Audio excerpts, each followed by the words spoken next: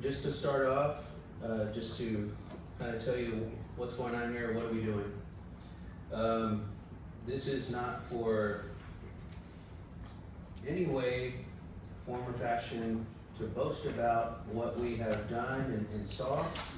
We do not want anybody to feel bad that they didn't go. Actually, we have come to tell you how this is going to benefit you. The things that we have learned will help us in Bible class. It'll help as I also teach at the preaching school. It's teaching preachers who will go out and preach and teach to others. I can give them what we've learned. And David, he does lessons and he teaches the high schoolers, and then Katya and Trudy and Julie, who also went, they can help with ladies' classes or children's classes, or on goes the list. We went somewhere so that we can come back and help everyone else. That is the point of this. This is not, well, we went on a trip and let's just talk about our vacation. That's not what this is about. Okay.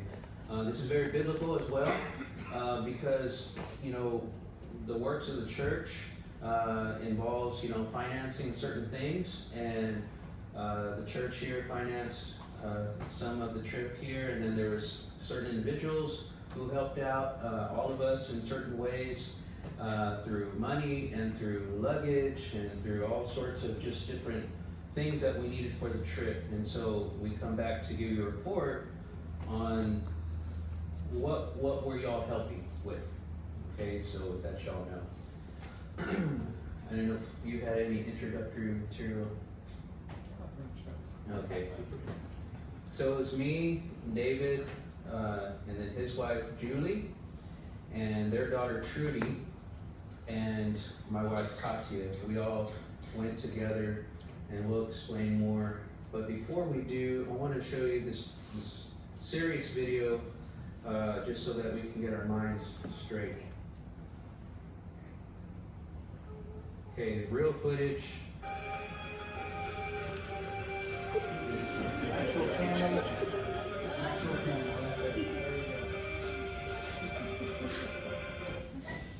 Why are you all laughing? That was kind of a little thing that we did. We were sitting there in the fellowship hall the Sunday after we got back. There was a meal, and we're in this little text message group with all the 29 people that were there, and me, Trudy, and I don't know whose phone it was, but we made this little thing, and we sent it to our group and said, in case you guys are missing Egypt, and we played this little joke of the camel going across, and so it was pretty funny. That was a little lighter side of the presentation. So this particular trip was made possible not only from y'all and other brethren from other places throughout helping in all sorts of ways, but the ones who got it together and started it is these two entities, More Discipleship Missions and Freed-Hardeman University.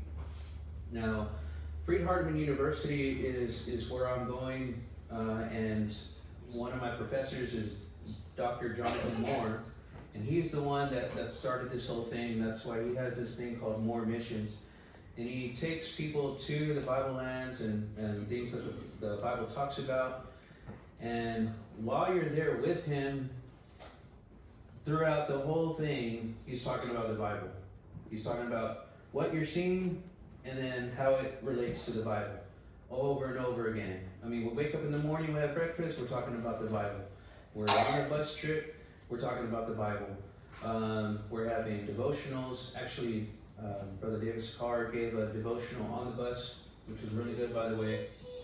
But we had him talking to us, and we had classes every night where we all sat down, and some were longer than others. But I mean, throughout the day, we're just learning and learning and learning and learning while we're walking. We're learning and we're walking and learning and walking, and it was great.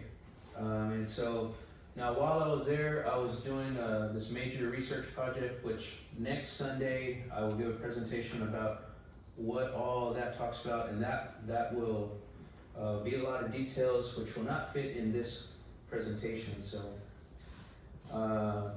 this is Dr. Jonathan Moore right here, and his wife Kim, Donna Kim. Some people say Donna, some people say Kim, and then some people say Donna Kim, and then I don't know. But we also had a tour guide. His name was Romani, and he was very knowledgeable of the history of Egypt. Him and Andrew made sure that, you know, we were going to safe places, although Egypt was relatively safe. But Romani taught us a lot, and then Dr. Richard Brumback is over the graduate program at Freed-Hardeman. He was there, and he taught us a lot. He has a lot in his head, and so I'm really grateful for these individuals. Romani is pointing to a copy of the Rosetta Stone, and he's talking about it. And so, do you have anything? You interrupt anytime you want. I'm going to try not to, but Okay. both of these guys, Jonathan and Romani, it's basically like walking around with live encyclopedias. These guys had so much knowledge to share, it was just, you can't take notes fast enough, you can't even hardly keep up, but they would break it down so that you would understand.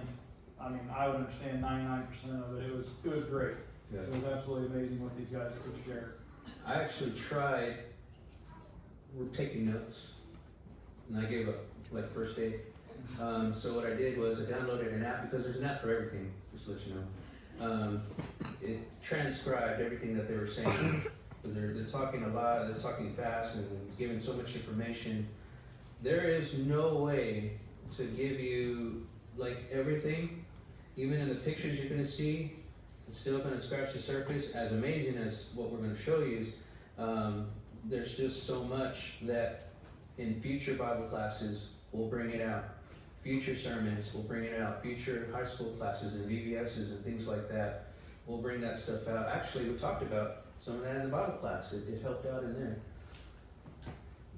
There was 29 of us, as was seen here. It consisted of preachers, just working hard, long-term Christians, students. There were 7 of us, and we all had a certain research project to do, and each one of us contributed to this other work that's going to happen or going to be done. We've already turned in each chapter of this book that's being compiled, and this book is going to help put Egypt and the Bible together.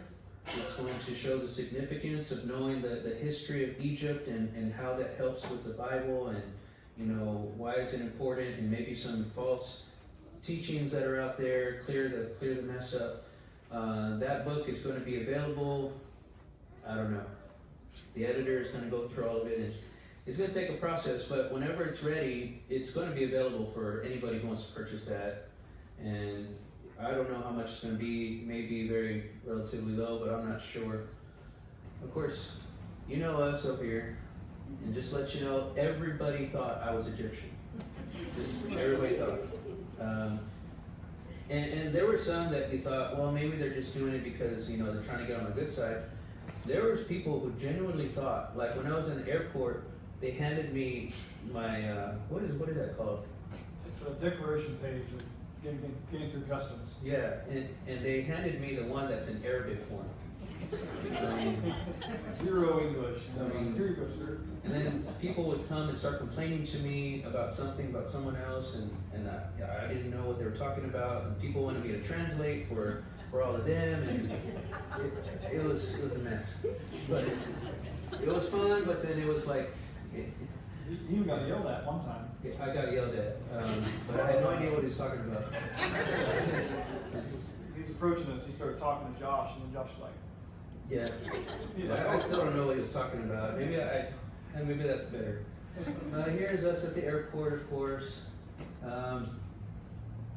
Now, we ended up in a big layover in Paris, and we got to go into the city and come out, and really I wasn't even going to put this in, because it's not really part of Egypt, but then it was. Turned out to be something great. It was actually a learning experience. Brumback is like a big dictionary on Paris, and he knows all these languages, and he was telling us different things. You want to tell him about this? So we got to go around Paris a little bit, and if you see this, what do they call that, Josh? Obelisk. An obelisk, okay? It's really tall. You can see the person about this tall. It's huge. And they said, oh, this was given to France by Egypt. Oh, cool. We're going to Egypt. That's neat. Then we go to Egypt, and here's where that's supposed to be. And when they're giving us instructions and we're looking at all these things, they're like, the other one of these is in France that we just seen like 3 days ago. I mean, it was just icing on the cake for everything. It was really weird how it all tied together and flowed, and everybody learned a little bit of everything, no matter where you went. Yeah, we found out that there's this whole artifact war now. Egypt wants all their stuff back. You know, they want this obelisk back, but you know, Paris is not getting it back. But this is a temple, you know, place where they had idols. What is it now? It's nothing but ruins. Yeah, even their big old obelisk, which they prided themselves with, is not even there anymore. Now Paris has it. That would have, the pharaohs would have never allowed that to happen, but where are they now? But anyways, things like that we get to see. And then this is the Louvre, which is a museum, and in there, we didn't get to go, but there's a huge Egyptian section which Egypt really wants back, but Paris will not let go of it. And then we got to see some great monuments like the Arch of Titus, big old monument. Those are little people, by the way. That's how huge it is. And these are different monuments that people make whenever they have a victory, and that's a big, huge one. Well, you can talk about the first victory. Okay, so this is the first day we arrived. It was actually early in the morning, because our flight landed at like 3 o'clock in the morning in Cairo, and so we get all our luggage, and we're driving away from the airport. We come up to our hotel, but like these are the pyramids that you see in all the movies. You know, any kind of Egyptian pharaoh talking special things you see on TV. These are the two great pyramids, and they are right outside of the city. Literally, our hotel, if this church building was our hotel, Walmart is where these are. I mean, they're just right there, and I didn't know that. Maybe some of you guys did, but that was one of the biggest things that really shocked me, is how close these are to the city and to people and everything. You know, I imagine all these movies and shows, and it's like, oh, you have to travel great distances through the desert, and there they are. No, they're right there. Yeah. And these people drive by them every day. We drove by them every day that we were there, almost, except when we went to different places. But it was just more like a common structure to them.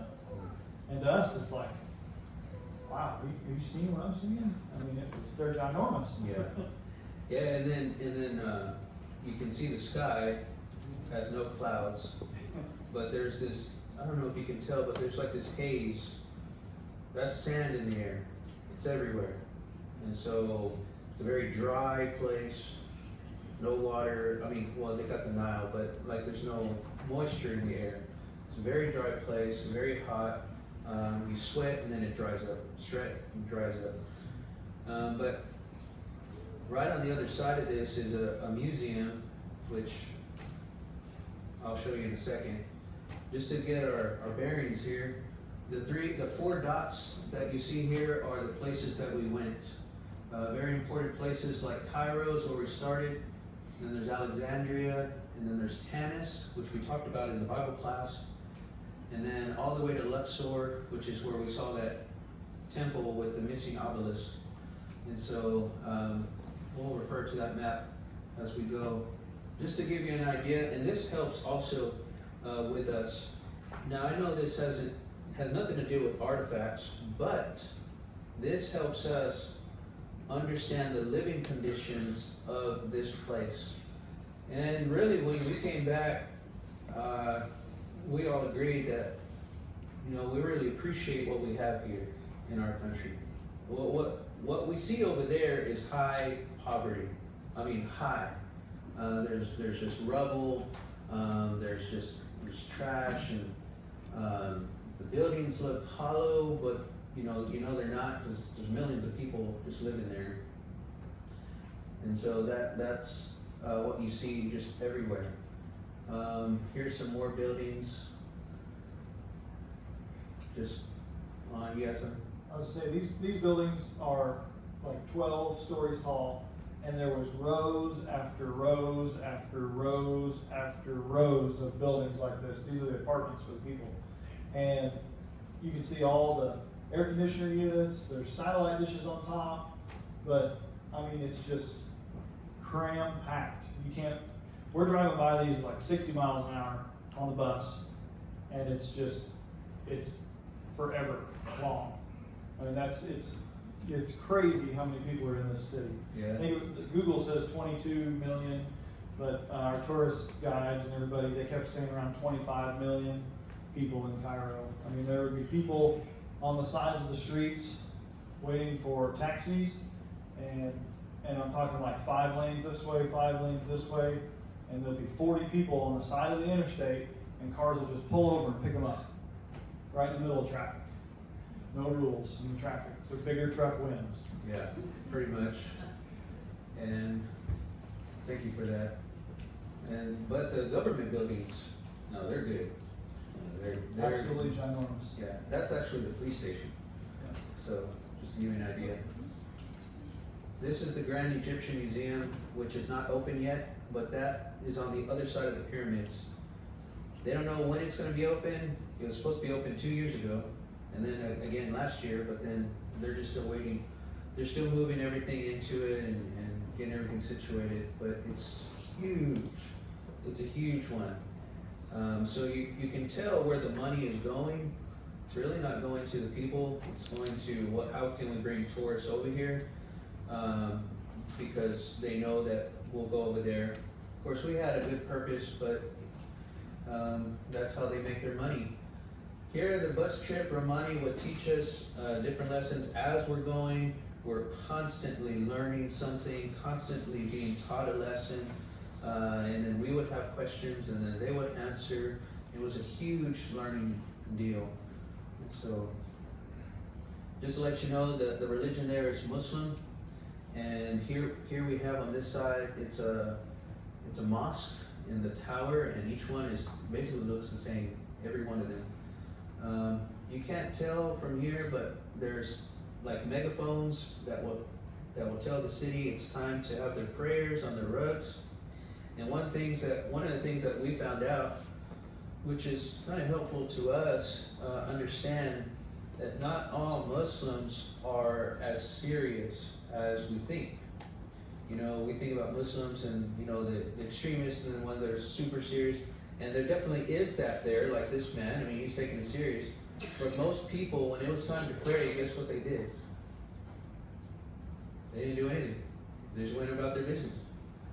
And it was really, to me, I didn't understand because I thought everybody was very serious in that religion. But it's just like in every other religion, you got some that are strict and some that, they're just born into it and that's it. And then those who really want to pray need to pray to the north towards Mecca, but that's the huge religion there. The Egyptian religion that's talked about in the Bible no longer exists. The idol worship, the idols are still there, but they're put in the museum so that we can just go look at them and pay to see it. The people here, that's really, in their minds, it's not their history, so they don't care about it personally. So they'll just throw their trash on it.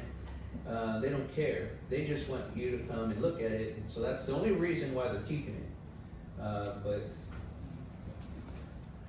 we first started at the Egyptian Museum of Cairo. I actually missed this one, so. When we Okay. got there the first day, I don't know, maybe it was jet lag or something, but I couldn't even hardly walk. I was so dizzy and just exhausted. And I slept the whole day the first day we were there. Yeah. As much as you missed, you still got tons more after. But this had a lot in it. There's just so much to talk about with the millions of photos that we had. I think we walked around as if we were 365 cameras and just going around taking pictures. There's just so much there, and you can go up to these things and just touch them, which is crazy, like just there. You can tell the massiveness of these structures, and you keep in mind as you see these big structures that were made by the ancient Egyptians, they're made out of one single stone. I mean, it's not just like a bunch of pieces put together. I mean, even the Sphinx, that was made out of one piece of stone. I mean, it's just like one thing. And so, you know, they made these massive things to last, because to them, if these things can last, then their soul can last. They can live in reality or something. Well, I don't know about you, but I don't want my reality to look like that.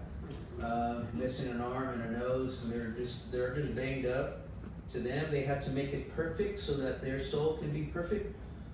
But, you know, it's not going to work out that way. This is a 12-foot colossal statue of Amenhotep. And this is Amenhotep III with his wife, and then their child, which is very small.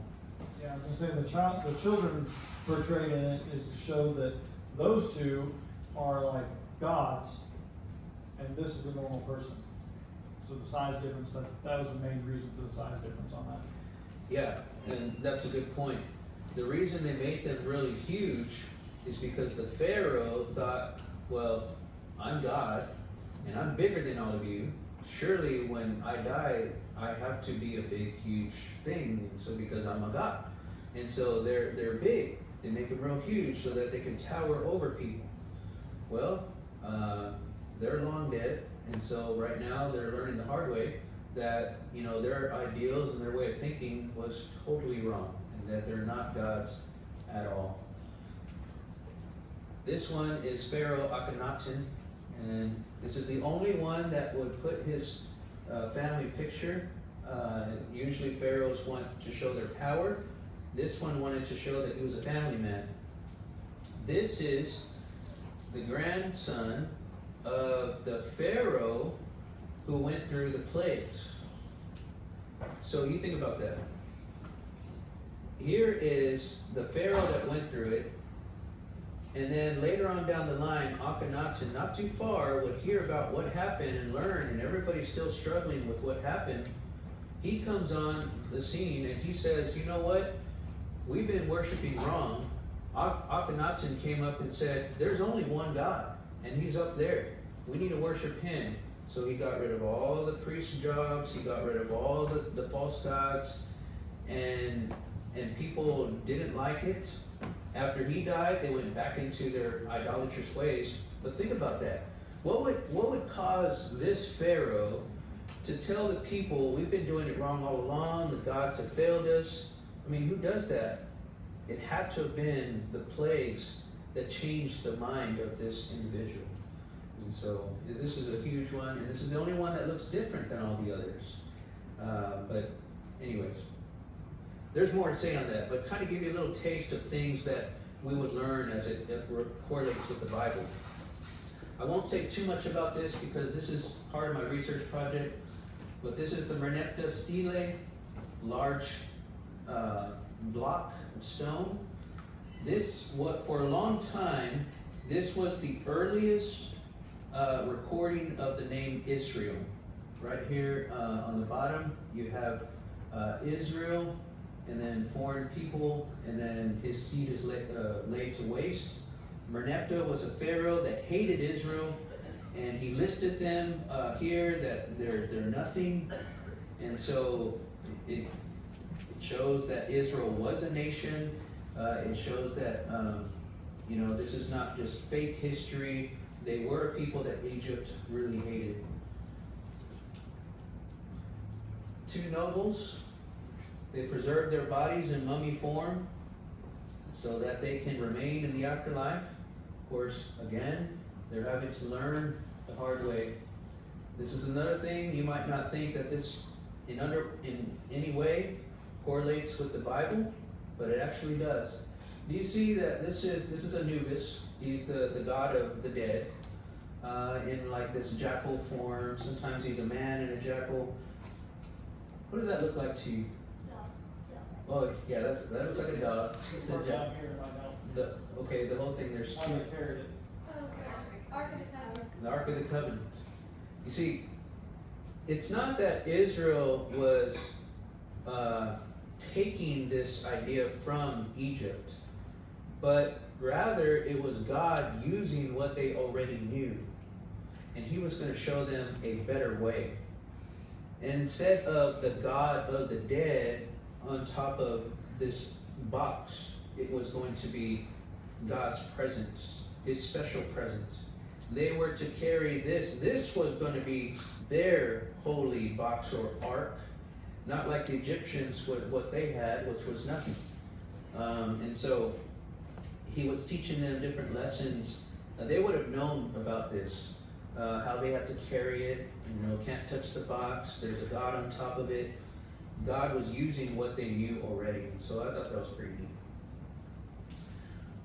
This is Tutankhamun. When he died, they have a ceremony. I thought that was pretty neat. This is a lady getting mad at me because I took a picture. She's pointing at me. But they're moving all the stuff into that new Egyptian museum, so it was kind of a little bit of a mess in there. In the language, in Acts chapter 7 and verse 22, and there it talks about Moses, how he was learned in all the ways of the Egyptians, and he was mighty in words and deeds. Well, this is the language he would have learned. Along with all of what we saw, he would have learned that. All their ways, all the Pharaoh's way of thinking, their language looks like they're cavemen and just a bunch of pictures. It's actually more sophisticated than that. Take one symbol at a time, and yes, a vulture is a vulture, okay? But put a vulture with other symbols, and now there's a phonetic sound to each one, and so you now have a word. The vulture is at the end of Israel, and so that's part of the word. You can know it's Israel, or Israel, something to that effect. And so it's a very sophisticated language. And since you can have phonetics for each symbol and put them together and make a word, then you can put words together and make a sentence. Since you can make sentences together, then you can have grammatical rules, exceptions to the rules, and on goes the list. Moses was learning a very sophisticated language that would have built his way of communicating to these people. He was learning how to speak to the Pharaoh. He was there around the nobles. He knew what it took to go talk to the Pharaoh. And so it is by the wisdom of God that Moses was there first, so that when he left and had to go back, he knew exactly what needed to be done. I know how to go talk to the Pharaoh. I know how to speak to him. I know the language. I know everything. And so it would have helped. Tutankhamun was a very famous one, right? Now, for us, we're like, wow, and then we just move on. But no, we have to stop and remember. This right here is made out of gold. Both of these things. Now, we couldn't take pictures of everything, but there's gold all in there. You know what all that gold is? You know this famous picture? You know what that is? All this gold, you know what the gold was for? Well, in Tutankhamun's burial place, here's all the stuff that they put in his tomb. Full of gold. And he had this helmet of gold. Why do you think they did that? Where's afterlife? We gotta be prepared for the afterlife. This is the thinking of them. But they have to learn, again, the hard way. That, the Bible teaches us that, we don't take anything with us. And so we have to prepare ourselves spiritually. We got to dine at the Nile. And this is what the Nile looks like. The Bible talks about the Nile, so it'll kind of give you a visual of what it actually looks like today.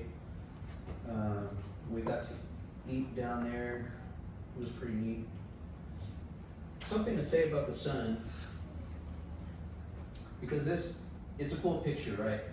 And one might say, well, that's all it is. It's a cool picture in Egypt. The Egyptians, they worship the sun.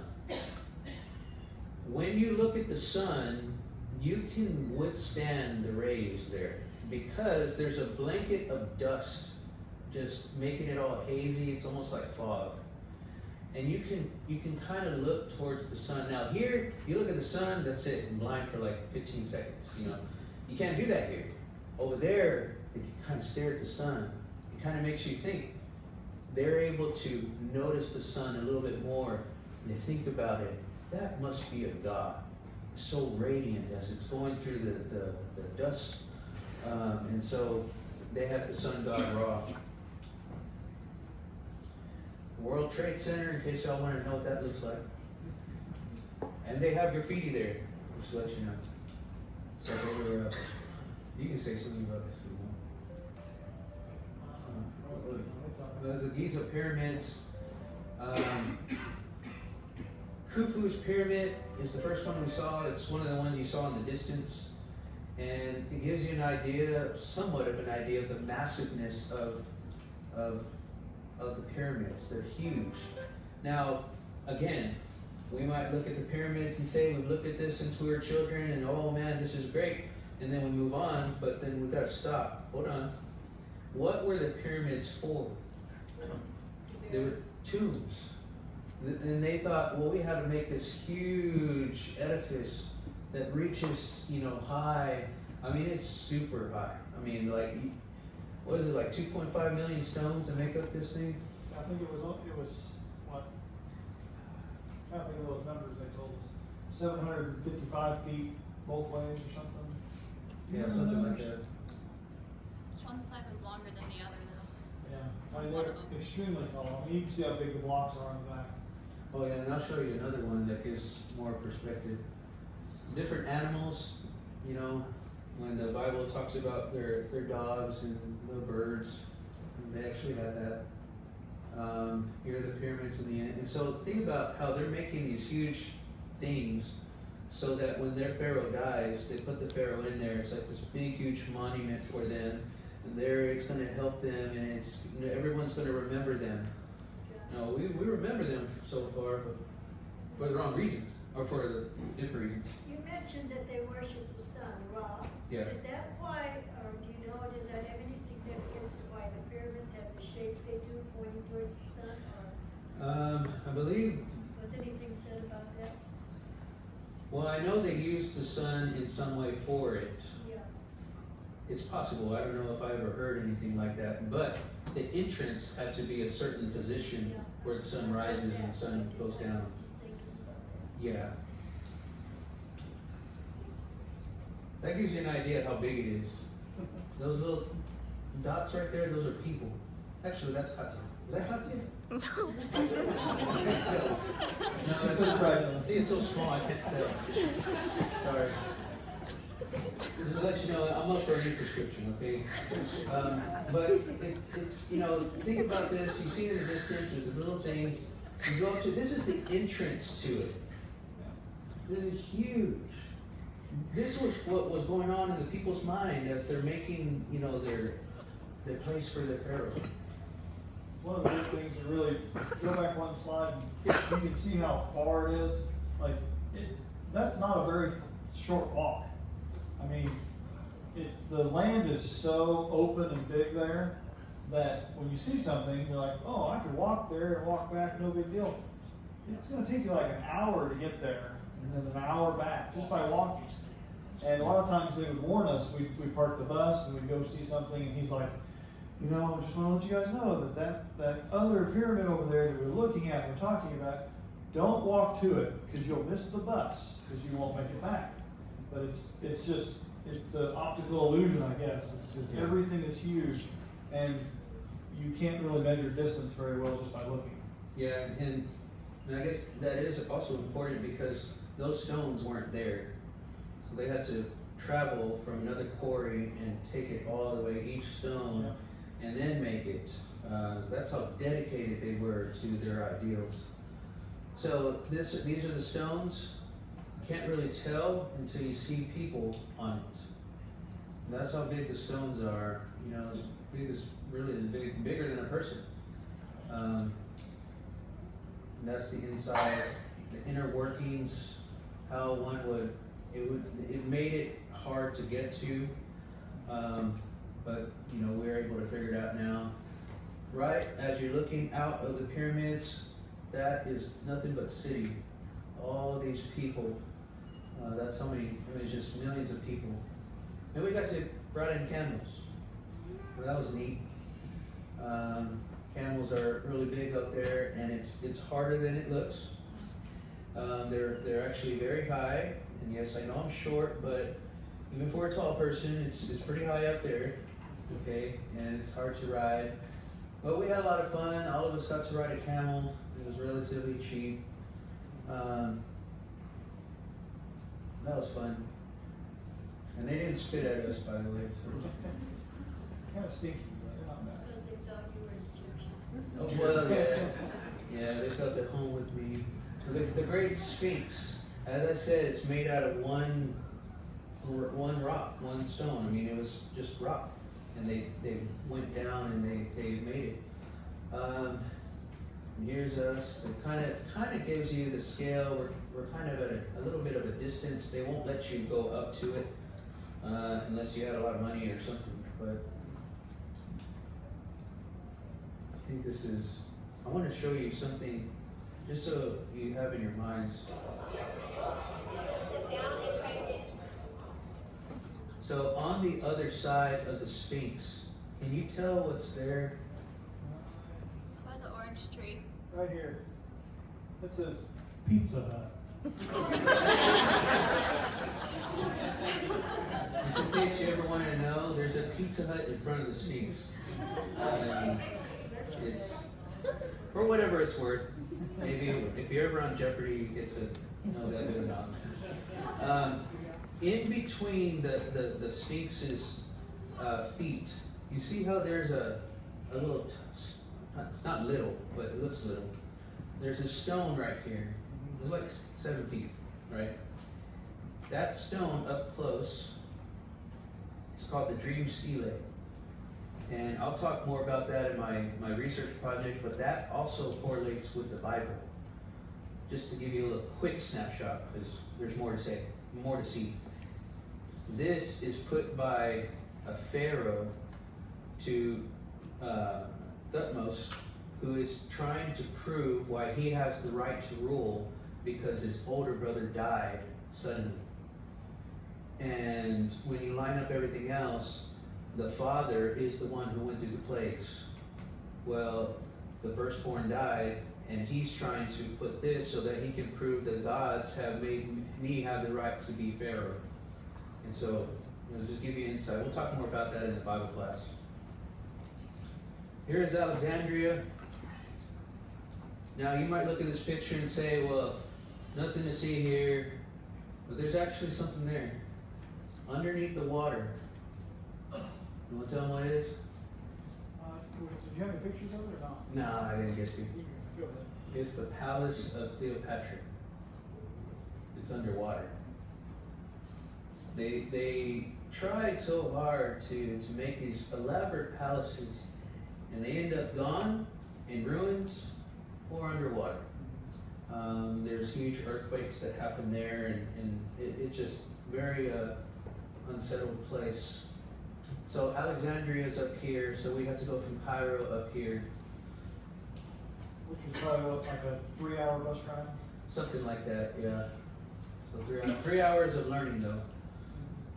Here is the Mediterranean. This is what it looks like. It looks like all the other waters, but there's actually trash in there, just like everywhere else. Oh, I didn't know it was a video. Oh, that's cool. Turned out my thing was a video. Then we saw, this was called the Montaza Palace. It was huge palace that was made, it's not an ancient, like Egyptian, like biblical time thing, but it was something that's very ornate and something that Egypt prides themselves with. Even today, they're still like all about their buildings, you know. And it's a palace. It's only used for when they have big political meetings. Oh, that was pretty neat. It's just different areas of it. Yeah, the best way to explain that big palace was, imagine you built something that costs like $1 billion to build. This huge palace, and there's all kinds of, it's right on the ocean, it's got all kinds of ports, there's rock work for all of the roads, very intricate rock, like bricks for the road, made patterns, I mean, absolutely beautiful. And then it's covered with trash because they don't use it. It's kind of like if you spent all your money building a ginormous, beautiful place to live, and then you ran out of money and now you can't keep it clean. That's the best way to describe it. It was really sad. I mean, I had some other pictures I can show you guys later, but where when you're walking, it's just got trash everywhere on the ground, some graffiti, some broken stuff. It's just not respected. Yeah, and there was also a fight for it at one time. Kind of good for a sermon starter, a Bible class starter, like show the use of money and then, you know, what it leads to. And Count the cost. yeah, there you go. We're already formulating different lessons. We went to a site where there used to be this lighthouse, which was one of the ancient wonders of the world. It's no longer there, but due to earthquakes, it all came down into the sea. And then, you know, people came in and they used the stones to build this big citadel. Okay, and so we're looking at the stones, maybe not all of them, but just they used some stones from that lighthouse to build the citadel. It is super huge, and so we're on this ancient site. You can talk about that, you right there. Well, basically this is inside that building, and you've everybody's seen old movies about castle times and everything, when the enemies would break through the gate, and there would be a hole on top of where they could dump like hot lava through, or hot, Oil. yeah, hot oil, sorry, not lava, hot oil on their enemies as they run through. That's one of these holes. So this is a big hole in the middle of the floor, which had two functions. The first to connect the first and second floors, and the second was to pour hot oil on your enemies. So we thought that was pretty neat. That'll make its way in the sermon starter. Just more pictures of the actual citadel. And the next one is the Alexandrian Library, which on this site used to be the ancient library, which accidentally burnt down, but they still have some things in the museum in here. They rebuilt the Alexandrian Library, which in it has ancient books, old books that you have to make reservations to go check out. You have to get clearance to go check out some certain books. You got to be someone to go check it out. And then others that are ancient you can still see. It's a massive place filled with artifacts. And in there you have the Book of the Dead. You see the Egyptians, to them, they had their stories. What happens to you when you go into the underworld. There's different scenarios that can happen. Of course, they're thinking about all this on the top of their heads, their minds, their own minds. They didn't learn this from God. Although they have some sense that there's a spiritual realm and that there is some kind of judgment day. But what all that involves, well, they filled in the gaps for that. And so that's just a huge story of what happens for the dead. Got to see many things. Sundial, how they told time. 3rd century BC. Thought that was pretty cool. There's actually McDonald's. Alright, just want to throw this in. A lot of the younger ones are, you know, becoming westernized, or they have this need or want to be, and they want their McDonald's. And McDonald's is very good. It's totally different than ours. We went to the Greco-Roman Museum, and we saw things like the memorial column of Emperor Augustus. This huge, and so not just the Egyptians, but we're talking about the Caesars. who prided themselves in their positions and how they built these big things and monuments for their honor. Of course, they didn't live, in their minds, they didn't live through these monuments, but they would have their name preserved for everyone to know. So, they would make these big ornate statues of them. This is Marcus Aurelius.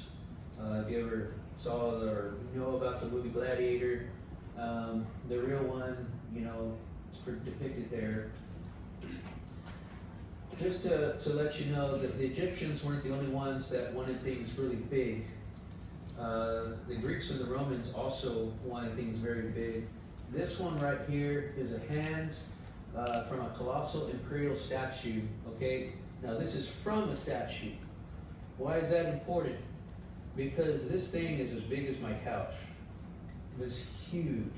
I mean, it just like runs. Okay, the Romans who ruled the entire Mediterranean world after the foundation of their empire.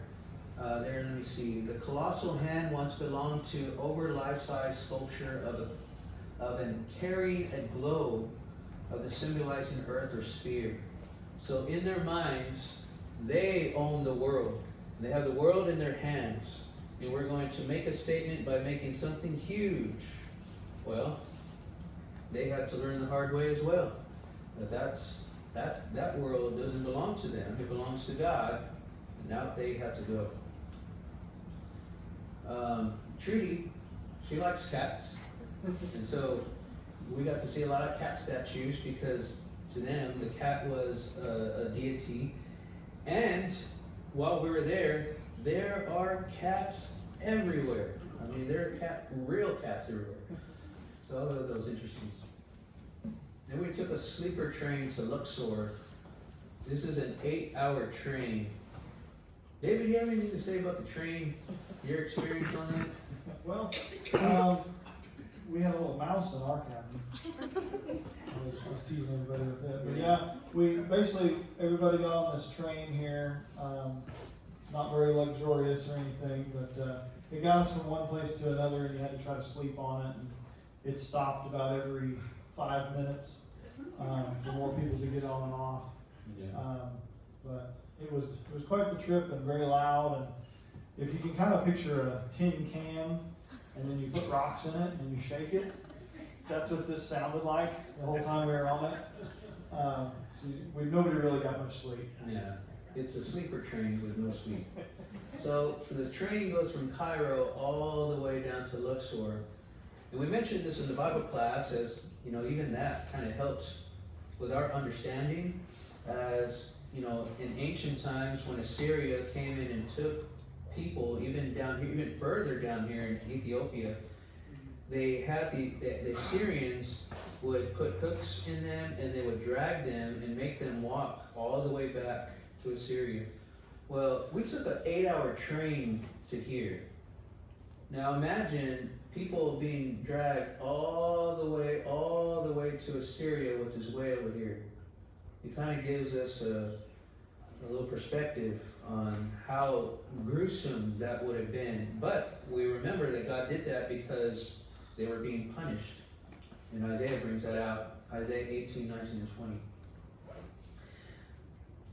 The papyrus store, there we learned about the papyrus plant. The manuscripts that we have, especially the letters that were written by Paul and all that, the copies that we have, they were all written on papyrus from this plant. And this man demonstrated to us how they took the plant, how they formed it into the papyrus. And it takes a while, it takes weeks to form one piece of paper. And so when we see the letters written by the New Testament, they didn't use spaces, they used every bit of it because they had to get this paper from Egypt.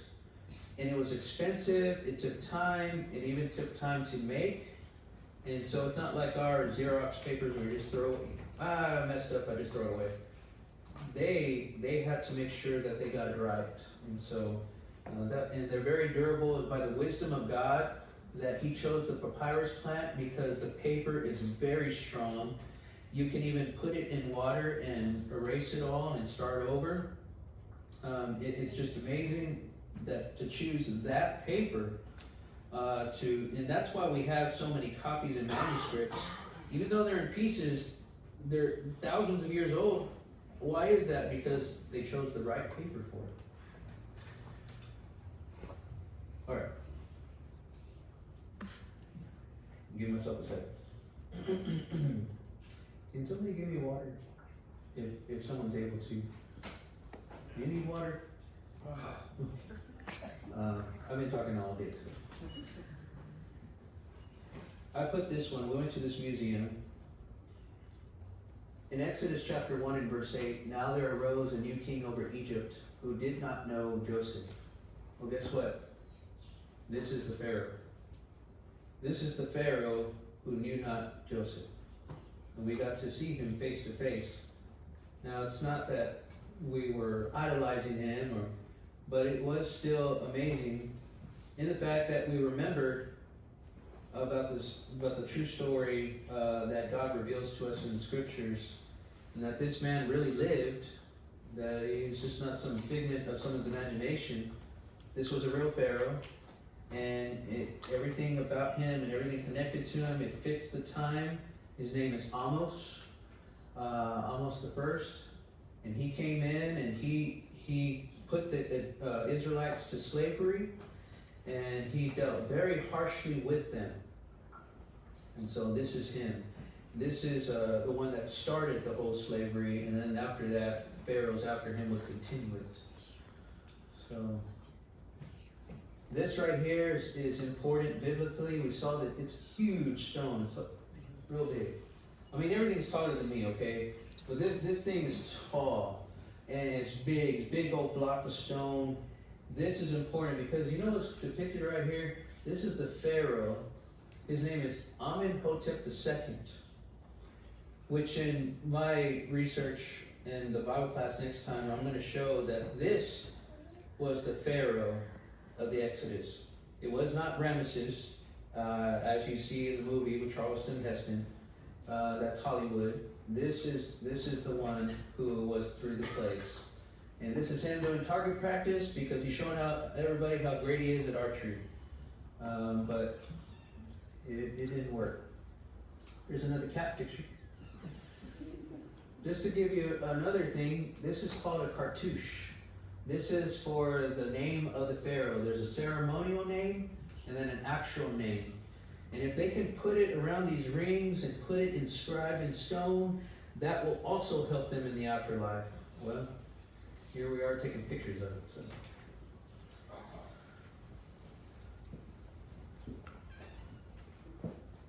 Take it all the way to the middle.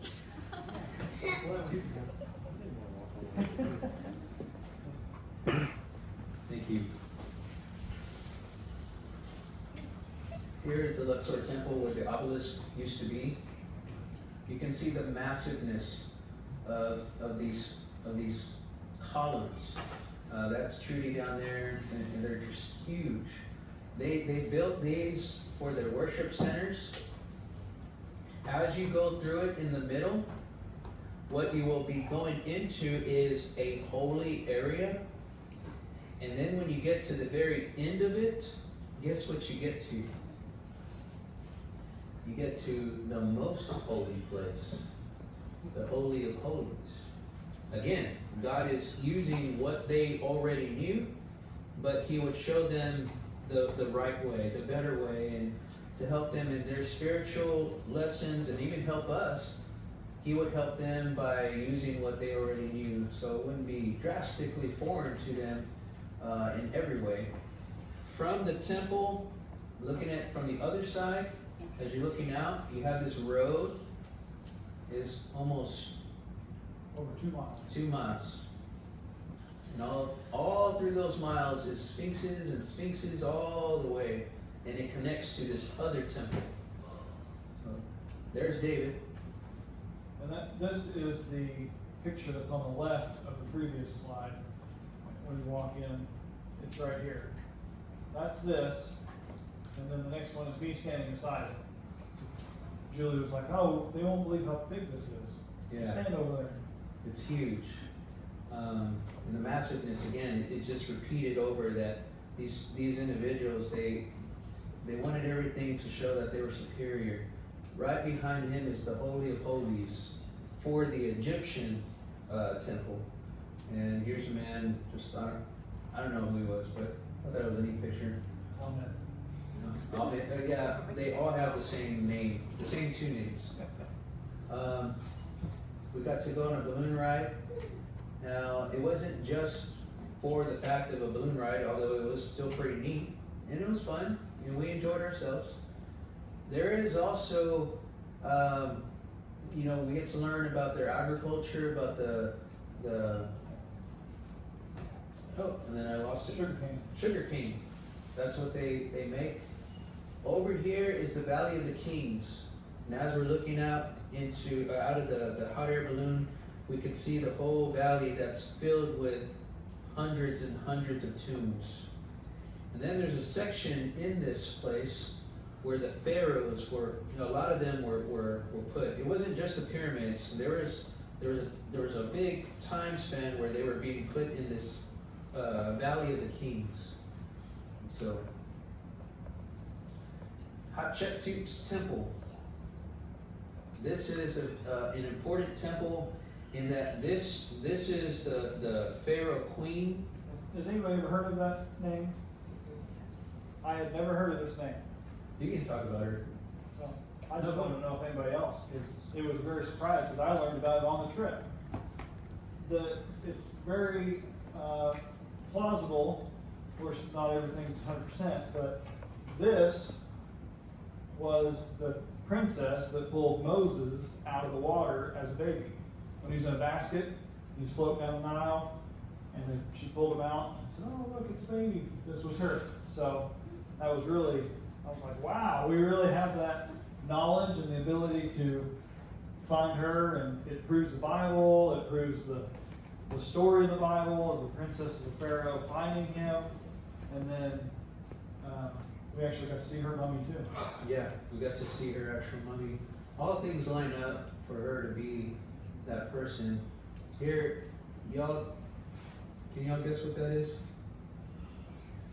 Well, I mean, yeah, the stairs to lead to this square thing, and then it's relatively flat on the top. It's an altar. That's right. That's where they would sacrifice, in the temple. Again, something that God would use. Here's the Valley of the Kings, where many pharaohs were put into. Now their mummies were pulled out, and they're now in a museum, but you can still go to the tombs. And the Hatshepsut, basically over this mountain that went like this, was where she was. That previous slide was her spot. Yeah, and you can see how it looks inside, very detailed and decorated. This also is a funny looking picture of me, but don't look at me, look at this right here. This is brick making slaves. And this was in the tomb of Rick Murray. He was a vizier, or someone who was over slaves for the Pharaoh who went through the plagues. It fits all the timeline and everything, and lo and behold, the slaves that they have depicted here that are not Egyptian, that are from other countries, brown skinned, and they're making bricks. Shows the process and how they made all the slaves make bricks. And that coincides with Exodus, where they were making bricks so that they can make their storehouses. And that was in here. And so you can see how detailed they want all their history preserved. Egypt is probably one of the most historically preserved nations. All their stuff is like still there. Of course, it's all messed up. These are massive. This is Amenhotep III. He wanted these. You know why he made these? This, do you remember why? This was to protect the temple that was there, and then the burial place of him. Well, guess what's not there anymore? The temple's not there, and then his body was pulled out and put in a museum. So, I mean, and then the stones, those are one, each one is one big block of stone.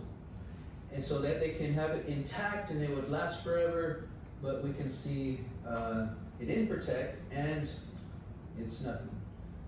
So different parts of the temple we saw, there was a sight and sound show that they had. That was really neat. The Karnak temple is actually several temples. To give you an idea, the pharaohs, each one had to contribute to this Karnak temple. So we're talking about, 1,000+ years, 1,500 years of all these pharaohs contributing to this Karnak temple. So it's huge, massive. All these different parts to the Karnak temple. And right in front of this temple ran a branch of the Nile. And through the Nile, they were able to trade and bring in things that they needed for the temple, and they would do their ceremonies. Guess what is not there anymore? That water is gone. Nothing but sand. It's not there to help them anymore. The temple is all in ruins, although it's still, still a lot of it intact, but it just shows you that, what they thought would last forever, it didn't really last like they thought. There's a cat. They're everywhere. So that's an Egyptian cat, an authentic Egyptian cat. This thing is one of their gods, the scarab beetle. Just to let you know, the scarab beetle is nothing but a dung beetle.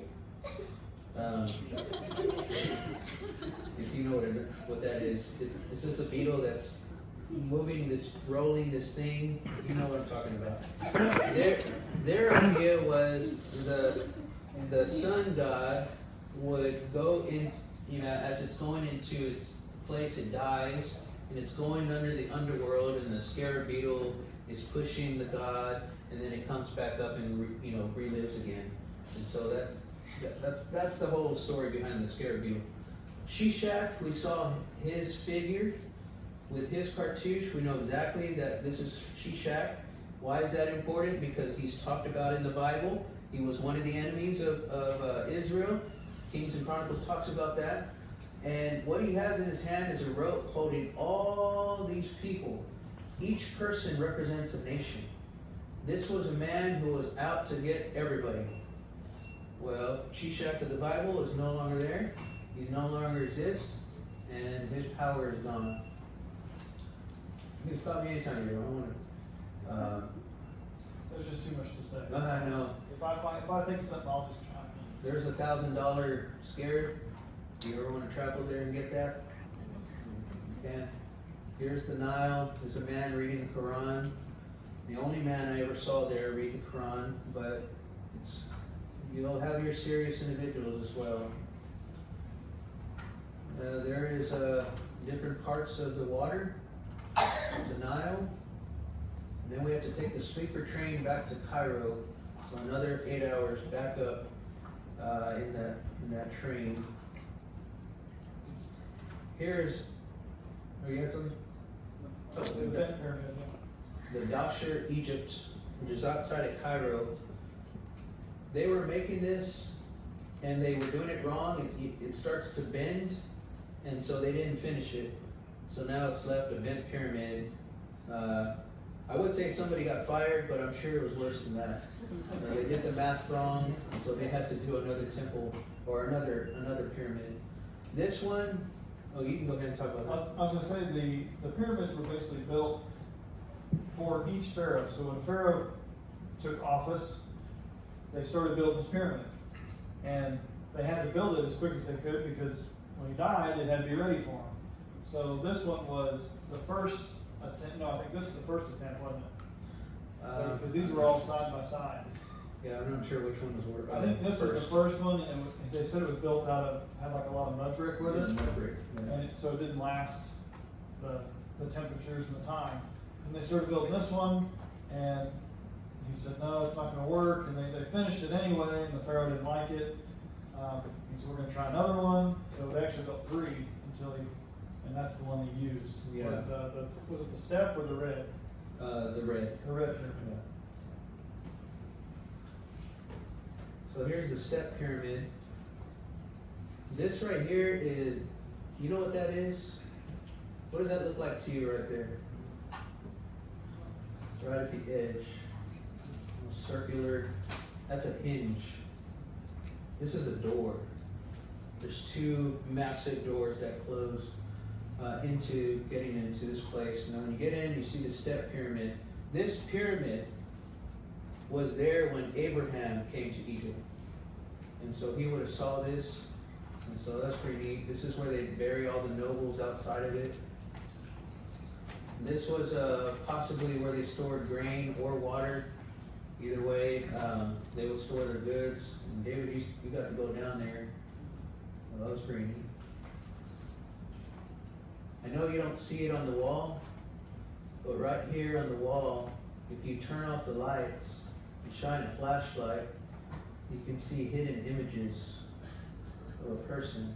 And so they would do that. I don't know what for reason, but the Red Pyramid, huge, massive pyramid. You go all, I mean, I know a better picture. You go really high, and then you have to go all the way down. Okay, I'm afraid of heights. I had to get over that. I came all the way here. I'm gonna go up there, and I'm gonna go down into this pyramid. And as you're up there, this is the view that you see. I mean, you're way up there. All right, gonna break the moment of talking. I'm gonna show you a video, and this is gonna help you understand what actually is in the pyramid.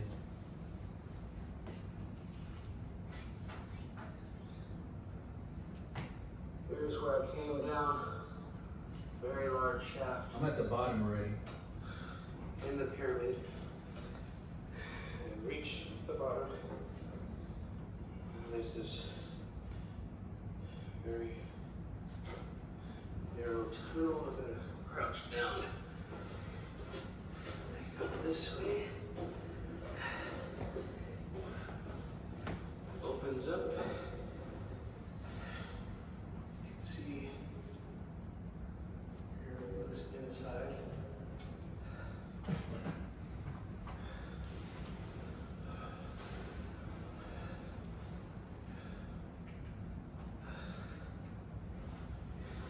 There's another opening. Gonna crouch down again. Come through. Whew.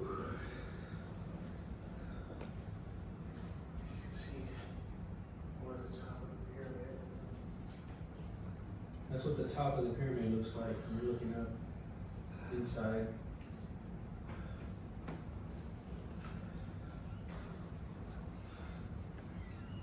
Stairs. That's not the way I'm able to come out though. Right there somewhere on the ground is a hole that can fall to your death. I didn't know that until I got out. Just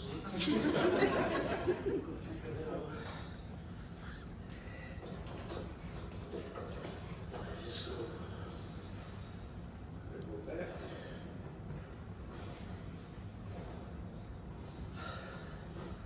Start again. And there are thousands of people outside this pyramid, Now, but there's not very many people that take the trip inside. As you can hear them breathing.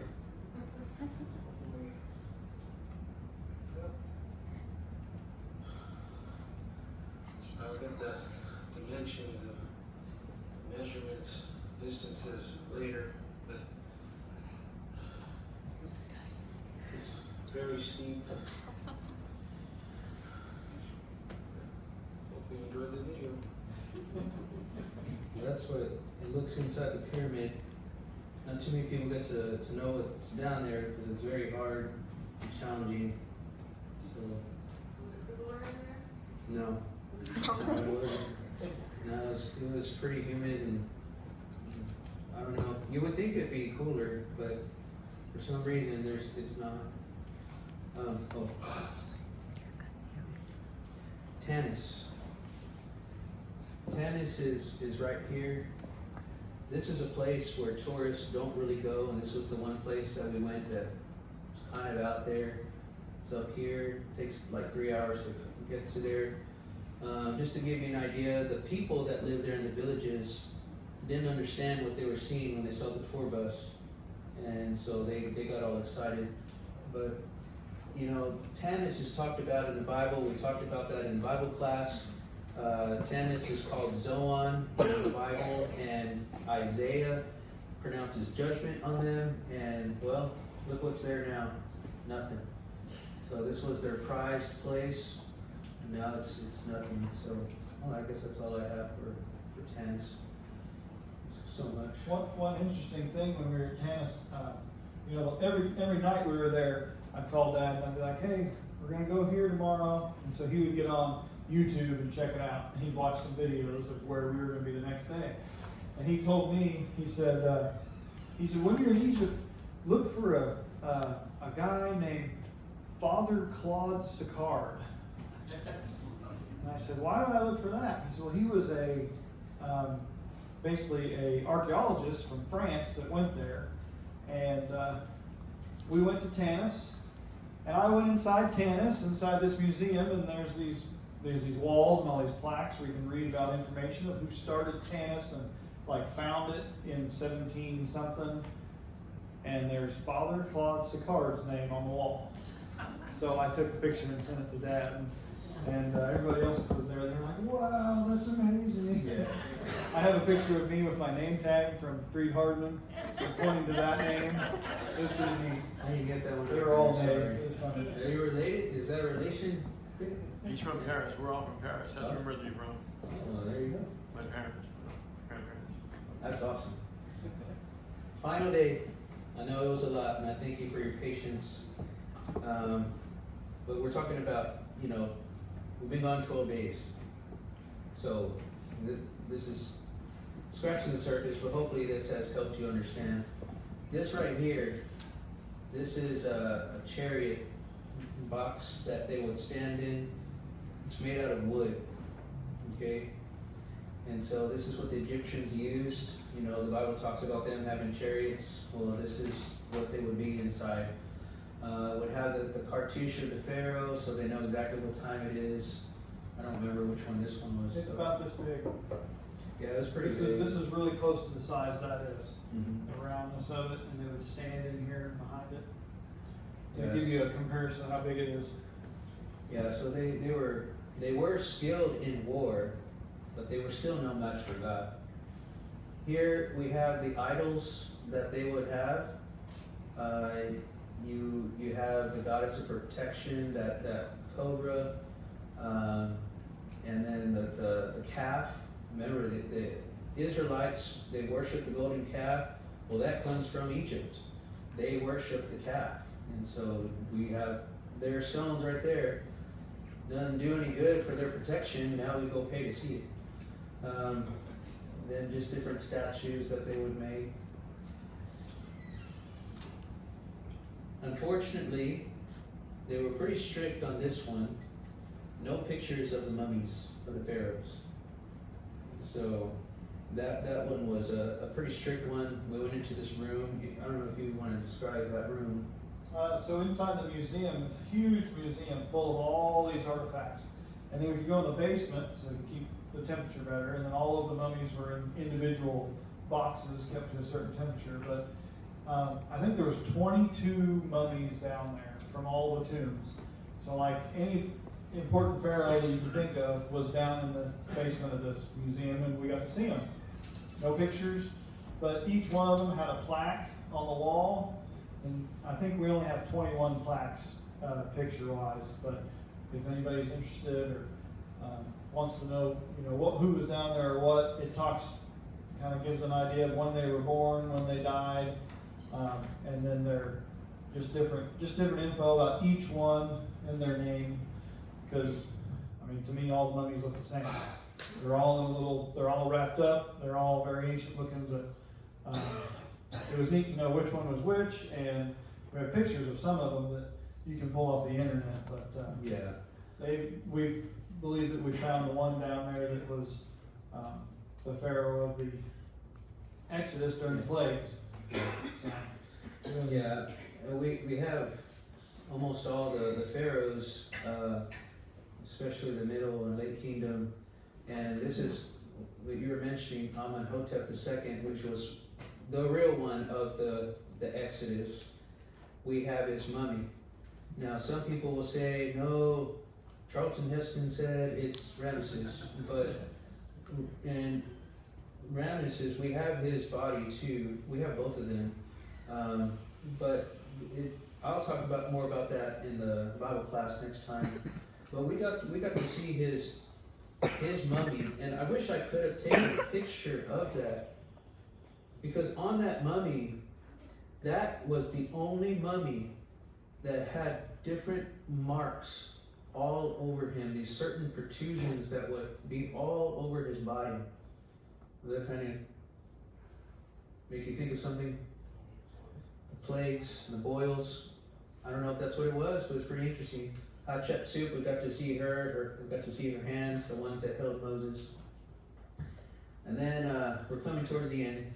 So we have this Coptic or Egyptian Christian church building, very ancient, supposedly the site where Jesus went into the cave and stayed, and supposedly the well that he drank from as a baby or a toddler, and the stone from there. And so, not sure if it was, but still interesting to see that people are pointing to that.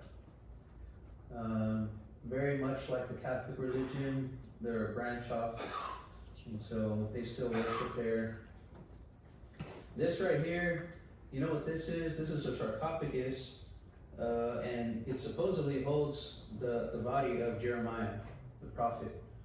So this is a synagogue that's made in Egypt, and this is where, you know, they buried him. So I thought that was pretty neat. It's not set in stone, no pun intended, but you know, it could be. The very last slide. Right here, we went to New Cairo City, and it really like changed the way we saw Egypt, because when we went there, this is a rich side of really all of Egypt. This is a rich place. I mean, it looks even wealthier than America. This is a place like, what's that other place that has all the crazy technology and Dubai. And that's what I thought. Like this, we went to their mall. It was more like a zip code community shopping place. I mean, it's like huge, and you have to navigate using these huge supercomputers. It's just crazy. But these people were very rude. Now, maybe not all of them are like that, but the setting was totally different, and they treated the custodians very badly, very poorly. We felt like we were, I felt like I was underdressed. But you can see that even in a place today that the poor and rich is still a problem, and the way the rich people look down at the poor people is still a problem, not just in America, but in other countries as well. But I don't know if you had anything to add. It was super clean too. Everywhere you went, there was trash on the ground. There was trash piled up on the sidewalks. I mean, it was just very dirty. And then when we got off the bus at this mall, it was like we stepped into another world, because it was spotless. It was well maintained. I mean, it was just like, we got off the bus and we literally looked at each other. We're like, there's no trash. Because I mean, normally it's everywhere. And then we went inside, and it was like a 3-story mall of all these stores and fancy things. And I mean, just take, Springfield Mall times 100, and that's what this was. And there was people running around, and we actually saw some younger Muslim or kids, boyfriend and girlfriend, kind of holding hands, not allowed in public. And there was no signs of affection. You can't when you're there. Yeah, it's a different setting, and so that helps as far as Very Western. yeah, westernized, they're trying to be like the West, of course, they're going above and beyond. But that's what we got to learn about the culture as well. And here is, okay, this is the last slide. It gives thanks. I really appreciate, we all really appreciate as a group going over there and getting to learn all these things.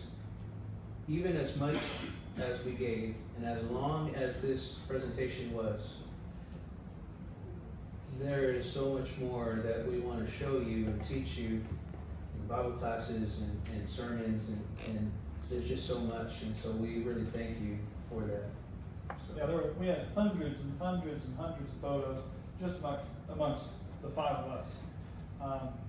So we had to try to slice a little piece off of that. It was probably even too much, but if there's any other questions, we can. People are probably ready to go, but you have 5 minutes. the bell hasn't rung yet. Turn it in Well, for a common cat.